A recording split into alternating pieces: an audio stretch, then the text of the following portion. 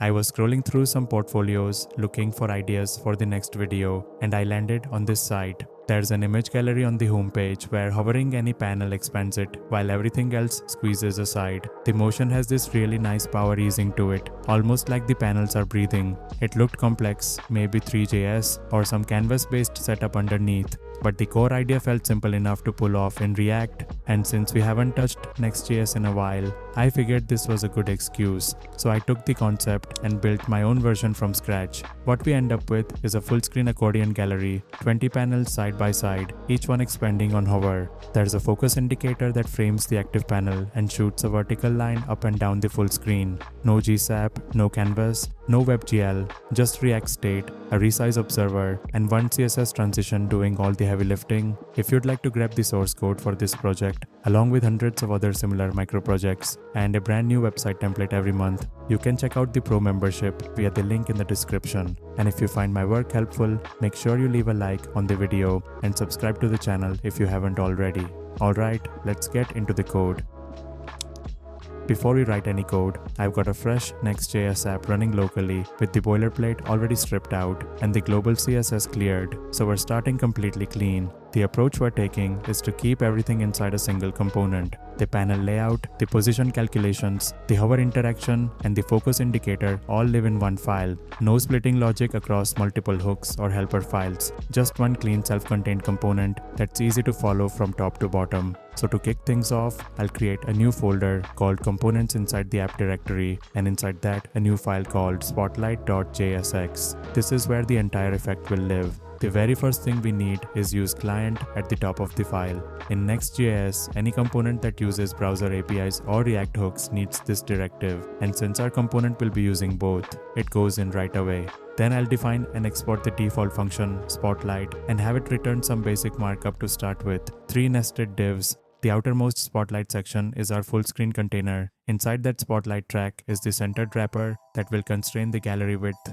And inside that spotlight panels is the stage where all the panels will eventually be rendered.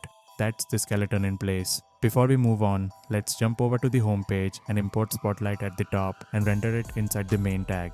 Nothing else on the page for now, just the component sitting there ready to go. With that wired up, we'll move into the CSS next and get the full layout styled out before we touch any of the logic. I'll head into the globals.css file and start from the top. First, a quick universal reset, box sizing set to border box, and margins and paddings zeroed out across everything. Standard stuff, just gets every element to a predictable baseline before we style anything. Then the spotlight section itself. Relative positioning, full width, full height, so it always fills the entire viewport. Black background and overflow hidden so nothing bleeds out during the panel animations. Next, spotlight track. This is the centered wrapper that constrains the gallery. I'll absolutely position it and use the classic top 50, left 50, translate -50, -50 trick to keep it perfectly centered on both axes, regardless of screen size. Width is 90% with a max width of 1400 pixels, so it never stretches too wide on large displays. Then spotlight panels, the actual stage the panels sit inside.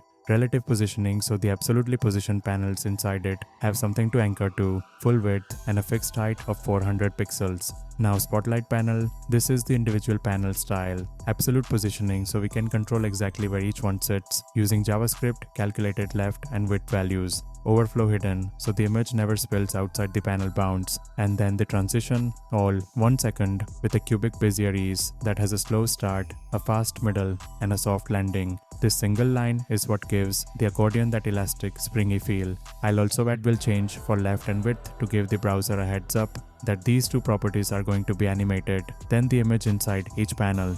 Absolutely positioned with left 50% and translate X -50% to keep it always centered inside the panel. This is important because the panel expands in both directions, and without this the image would stick to one edge. Width is fixed at 400 pixels. Full height, object fit cover so it always fills cleanly. Pointer events none and user select none. Just prevent any accidental drag or selection behavior. Next, the focus indicator. Same absolute positioning as the panels, sitting flush at the top with full height. A 3-pixel wide border outlines it. Same transition and will change as the panels, so it moves in perfect sync. Pointer events, none keeps it from blocking any hover interactions, and a z-index of 100 puts it on top of everything. Then the before and after pseudo elements on the indicator. These are the vertical lines that extend above and below the panel. Both are absolutely positioned, centered horizontally using the same left 50 translate x minus 50 technique. 3 pixels wide with a white background. The before element extends upward with bottom set to 100%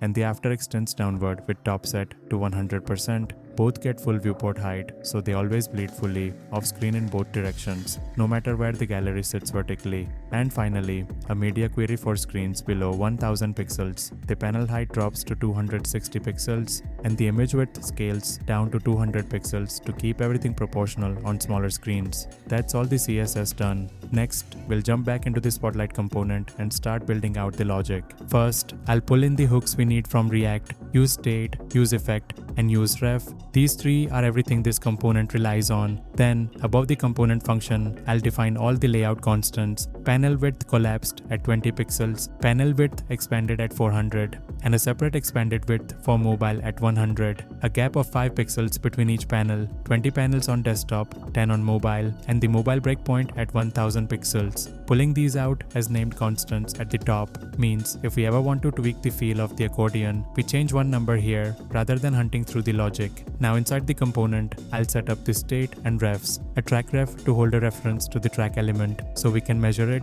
track width to store the measured width as a number, is mobile as a boolean that flips based on screen size, and focused panel as the index of whichever panel is currently expanded. This starts at 0, so the first panel is opened by default on load, then 2 derived values that update automatically whenever the state changes. Panel count gives us either 10 or 20 depending on his mobile, and expanded width gives us the correct expanded size for the current breakpoint. These aren't state, they're just calculated from state, which keeps things lean. Next, the first use effect. This is where we set up a resize observer on the track element. Every time the container resizes, it updates track width with the new measured width and rechecks whether we're on mobile. We also guard against the ref not being ready yet before attaching the observer, and the cleanup function disconnects it when the component unmounts. The reason we use a resize observer here instead of a window resize listener is that it fires specifically when the element itself changes size, which is more precise and more performant. Then a second, much simpler use effect. This one watches panel count and resets focused panel back to 0 whenever it changes, so when the screen crosses the mobile breakpoint and the panel count switches between 10 and 20, the focused index resets cleanly rather than pointing at a panel that no longer exists. Finally, I'll attach track ref to the Spotlight track div in the markup so the observer has something to measure. That's all the state and measurement logic in place. Next, we'll write the function that calculates exactly where each panel should be positioned. So let's write the function that figures out where every panel should be positioned. I'll also add use callback to the import since we'll be wrapping our functions with it to avoid unnecessary recalculations on every render. The function is called getPanelPosition and it takes a panel index as its argument. Every panel calls this function to get its left position and width. That's all it returns, 2 numbers. Inside, the first thing we calculate is total track width. This is the full pixel width of all the panels combined, all the collapsed panels, the one expanded panel, and all the gaps between them. From that, we calculate offset to center by subtracting total track width from the measured track width and dividing by 2. This is what keeps the entire gallery centered inside the container at any screen size. Then we walk forward from that center offset, looping through every panel that comes before the one we're calculating. For each one, we add either the expanded width or the collapsed width, depending on whether it's the focused panel plus the gap. By the time the loop finishes, left holds the exact pixel position where this panel should start. Then width is simply the expanded width if this panel is the focused one, or the collapsed width if it isn't. The function is wrapped in use callback with focused panel, panel count, expanded width, and track width as dependencies, so it only recalculates when one of those values actually changes. Now let's put it to use in the markup. I'll update the return to render the panels dynamically using array dot from with a length of panel count. Each panel gets a key combining the mobile prefix and the index. This is important because when the screen crosses the breakpoint and panel count changes, React sees entirely new keys and remounts the panels cleanly. The style prop calls get panel position with the current index, so each panel gets its exact left and width on every render. With that in place, we should now be able to see all 20 panels sitting in the browser, collapsed by default, with the first one expanded. But nothing moves yet because we haven't wired up the interaction. That's what we'll do next. Last step, 2 more functions and a small update to the markup, and we're done. First, focus panel. This is as simple as it gets. It takes an index and calls set focused panel with it, wrapped in use callback with an empty dependency array since it never needs to recalculate. This is the function that drives the entire interaction. Then get focus indicator position. This just calls get panel position with the current focused panel index and returns the result directly. The indicator and the active panel share the exact same position calculation, which is why they always move in perfect sync. Now the final markup update. I'll add the focus indicator div at the top of spotlight panels before the panel loop with its style driven by get focus indicator position. Then on each panel, on mouse enter calls focus panel on desktop, and on click calls it on mobile with the opposite event set to undefined, so there's no overlap between the two behaviors. And that's it. The accordion is fully working. Panels expand on hover, collapse as others take focus, the indicator tracks the active panel, and the vertical lines extend off screen in both directions. The whole effect is driven by a single integer in state, one position calculation function, and one CSS transition. Hope you found the video helpful. If you did, leave a like and subscribe if you haven't already. See you in the next one.